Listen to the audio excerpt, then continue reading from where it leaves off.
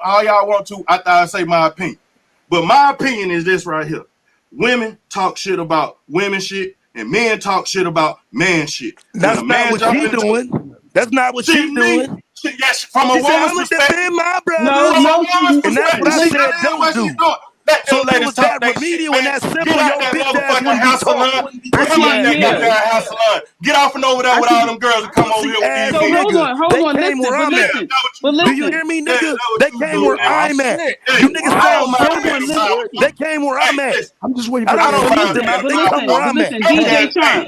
Listen, DJ Why? Should they Charm. go So when listen to he you? says, Should they listen, go so when he listen to has you an and watch issue, you when hide he, up when under he a has woman's an skirt, issue with nigga? women standing behind men, right? That When he got damn an bad issue with fuck women standing behind men, instead of asking why, right? Because see, what other group do you That see the nigga women said standing Taz behind the men? drama And queen, but you won't what bring other your group of pussy men ass are up the here. men comfortable with the women being on the front lines, Matter on of the fact, battlefields, man, and your ass. arguing and defending What and line taking with up who for she men? talking You to? don't ever see, you don't see You don't see other groups of women doing that kind of stuff. But for some reason, black men is mad comfortable. Black men is mad comfortable with black women doing that, and that should be pointed out. And for me, women standing up for white listen, men.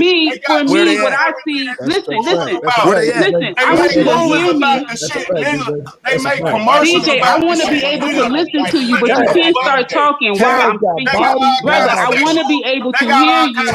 DJ, I was speaking and you can't start speaking while I'm speaking because then I can't hear you. Right? You're just responding. Too many other people speaking at the same time too, so don't sing. Well, I can't hear nothing because I was the one speaking. What I'm saying is that if you has got body by body. Man, listen, if you want to tell me in other groups, those women, what I'm saying is that those women who are defending their men, they see their men in a place of leadership, right? So when a black woman is complaining, don't just say that she's siding on the side of a white man. Can I finish my thought before you start speaking? You know, I listen to you for hours, bro. I listen to you for hours, though, and you just getting emotional. Don't get emotional. Don't get emotional. Don't get emotional. Don't get emotional. Listen for understanding. Right? I didn't call you no name. I'm not against you. I just have a difference of opinion. Right? And all you doing is yelling. So the more you yell, the lower my voice is gonna go. Because I'm not meeting you there. I'm not gonna meet you there. I'm not doing it. If we go all the way, some of y'all hear how low my voice is? Yeah, but that's what you want to do. I don't even know what she's saying. She sound because I was speaking, right? But you ain't saying shit. You started out with it don't matter. You wasn't saying nothing either. But I listened because the difference is I have respect and you don't. I have respect. And you don't. That's the difference, right? I didn't agree with what you were saying, right? I didn't agree with what you're saying. I mean, so what? As a community, we can't put our men on child support and all, so we can keep it real, so we can be down ass women, right? What the fuck? Like, what community do you live in? What community do you live in? All the black men is there with their children, all of them, every single one of them. So then the ones that aren't, the children still need to be provided for. Point blank, period. I don't give a fuck if your feelings is hurt.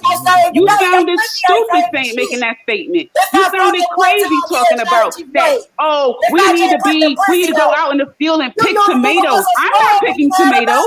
Why would my man want me to do that? The white women ain't picking tomatoes.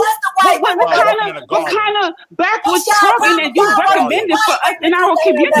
You sound crazy. It's not backwards because there's a you food sound crazy, right? I don't see the Arab woman. She ain't picking no fucking tomatoes. You understand? Even the damn Mexican, her man is out there sweating and thing, and she in there with them kids. She ain't out there with them fucking tomatoes either. Well, why the black women gotta be out there with the tomatoes? You know what? You take your ass out there with tomatoes. I'm gonna be inside sipping on some lemonade, cooking food for my kids. That's what I'm gonna be doing. I don't know about you, but I ain't picking no damn tomatoes. I ain't doing it. I ain't doing it. I'm not picking no tomatoes. And you're not about to shame me. You're not about to shame me because I don't want to pick tomatoes. I don't want to pick tomatoes. I'm not on food stamps. I don't like white men. I don't twirl. All of those things you were saying don't apply to me, right? And I'm in my white mind. I love black men. I'm for the black family, but I'm not picking tomatoes. How about that? Well, that's you. But let me say what I got to say. We can hear you. Don't nobody want to hear you hollering. It's more white. Don't nobody want to hear you hollering. Nobody want to hear your ass holler, but you don't nobody, because y'all wouldn't stop screaming. That's why you gotta yell back. Ain't nothing no stop with me. Shut the fuck up talking to me, bro. Make me set up, old lady. Shut the fuck up talking to me. No, calm your loud ass down. That's like I motherfucking said. I ain't calm your loud ass down, bro. That's all I'm sounds stupid as fuck. Hebrew dude? Calm your loud ass down. What is wrong with you? Anonymous, shut your fucking bitch ass up. What is wrong with you? What the fuck is wrong with you, nigga? What's ain't wrong nobody with you, worried about you, Uncle Ruck. Nigga, shut the fuck up.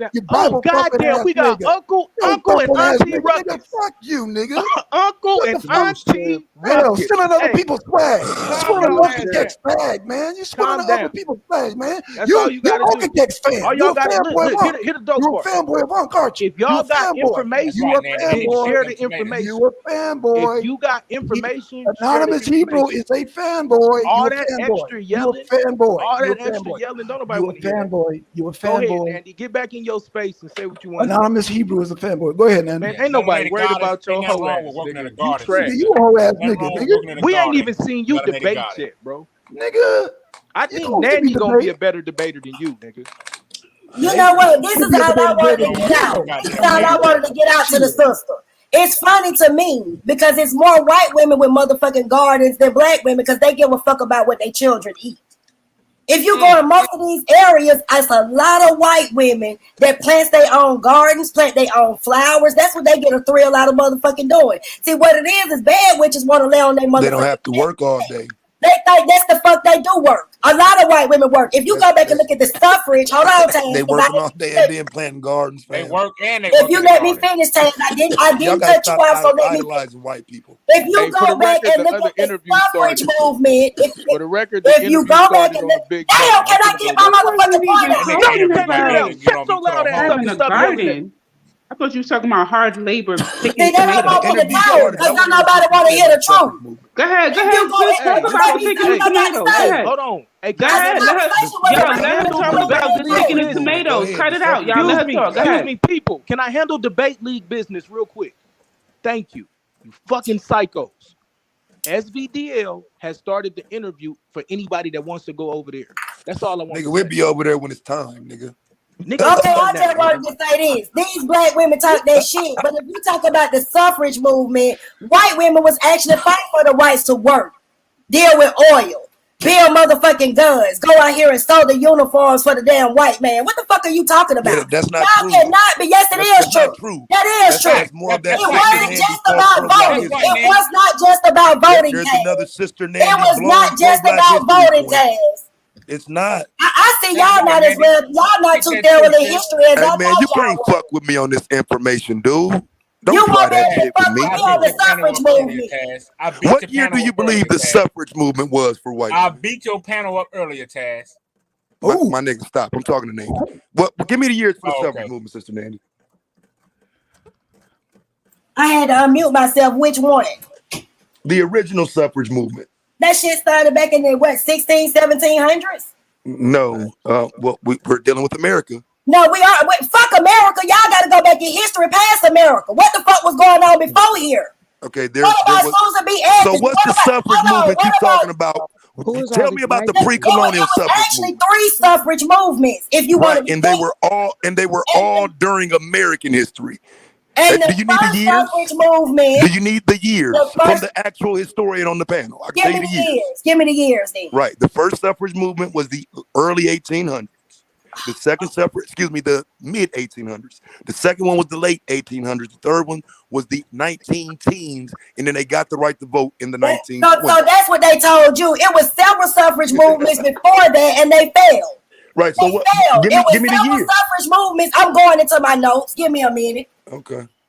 And like I said, regardless, they was fighting to work. They weren't fighting to lay on their ass like these bad witched ass whores. They literally were fighting for the right to vote, not It work. was not only fighting for the fucking Do you right know to what vote. suffrage? Do you know They what were suffrage not only means? fighting for the fucking right to vote. Do you know the definition of suffrage? They had a lot of shit. These bitches was even fighting to ride bicycles. Do you know the definition of suffrage? They even had a vote. They was trying to put a vote on the table to ride bicycles. Do you know the definition of suffrage? Let me get my notes so I can shut you up. Because this ain't like suffrage is literally the right to vote. That is the definition of the word. So the movement was that until they got that. Then they kicked in another movement. I don't know what you think the suffrage movement was. We talking about fresh off the plantation and black men fighting for the right to vote, getting the right to vote, and white women not having it. And so they created a movement around that fact. White men joined in and helped those white women with their suffrage movement, and they finally got traction in the 1920s. I'm going through my notes. You might want to go to my page because I've already done I am a note. I am an I've encyclopedia. already done I am your notebook. historical show about the suffrage movement when these goddamn mammies came at me, and you are absolutely wrong. It wasn't just about fucking voting. So tell me what else it was about. Freeing the white slaves. They wanted the rights to ride bicycles. These motherfuckers wanted the rights to come outside. They wanted the rights to be able to work, and they started doing it. They used the Civil War. They used the fucking Civil War in order to utilize that shit by doing oil refinery. They were building the guns and ammunition. They were sewing the motherfucking clothes. You're confusing. I'm not confusing the Civil War with I'm not World War confusing II. shit. I'm not talking about the Civil War. I'm not talking about just the Civil War. What am I confusing it with, Taz? What about what is it? What was you saying about the Civil War? World War I. World War II, not World War One. What? It was World War One. It was World War One, Taz. World War One is not historically known. I'm finna go in here because I can't take it for no that more. reason. I'm gonna give you basic skills since I see where you at. Okay, so the reason why Rosie the Riveter became a known entity around America was because during World War II, too many men were gone and they needed women to work during World War II. That didn't happen during World War I. Really? We gonna see in a minute. I'm gonna give you some basic skills. We're gonna take it back to preschool for you. Yeah, I mean, if you have to Google and look up shit, I ain't gotta Google that shit. tells me now you're not capable. I'm not even gonna Google it. I do this shit on the fly. I see you the type of person who need preschool videos. I'm the type of person who's already done all if you're an encyclopedia, you wouldn't have even came at me about that. I've done all of this. You would have known better when that. I could have shown you this, but if I would have been looking for it, I could have showed you by now. Okay, it's taking you too long. I'm gonna do it for you. Give me time. It's pretty bad, man, because like even women like Sojourner Truth, those early women like that, they're not even respected in what they were fighting for. And the bad part about that feminist movement or even the suffrage movement is not acknowledged who was actually, and even in the later years, who always gave white women strength for those movements. So let me ask you a question, Taz. When did black women get their voting rights? Black women got their voting rights the same time white women did. Oh, okay. We finna see. I just wanted to ask you that question because black women didn't get voting rights to the damn civil rights movement in the 50s and 60s. And that's how I know. Okay, so that's how I know you don't know. This is how I know Okay, we're in a sad state of affairs because whatever dumbass nigga you standing behind ain't teaching you shit. I need to question some of the dumbass women standing behind you right now. I bet you every woman standing behind me know that the motherfucking civil rights movement had nothing to do with your right to vote. Your ability to vote was the question, not your right. Not your right. Your ability to vote. What you talking about? What you talking about? The Conan ass bad witches who were married to white men who got rights to vote. That's what you talking about. No, I'm talking about black women who got the right to vote, but still had to fight through the poll tax, the literature test, and all of those stuff. Like you would have to know some history to talk about it. You don't know history. You know talking points. The Voting Rights Act in 1965 was only because black men and women were getting killed for trying to vote. Suave, have you ever heard of a man by the name of George W. Lee? Suave, can you share my screen? We're gonna go to basic skills for Taz. Since he's so historical. We're gonna give you a video because we understand you don't comprehend video. You don't comprehend the words well. You don't comprehend the words well. What's the video called? Can you please share my screen? Because the encyclopedia too big for Taz. Well, what's the video called? Well, you'll see when the damn shit start playing. So wait, so I got to deal with. We talking about the suffrage movement, right? We talking about the suffrage movement. We about to compare notes. Why am I dealing with secret scholarship? Where is Brother Suave so he can share my screen? Why do I have to deal with secret scholarship? Why can't I know your source? I just said it's referencing the suffrage movement. Right, but what is watching the interview? He's probably watching the interview. But I want to get back to this whole man, women's kind of stuff. I just think some of the comments that was made, I definitely understand that you feel really strongly, Sister Nandy, around women who seem to be coming against what the black man, and I understand that that's your sentiment,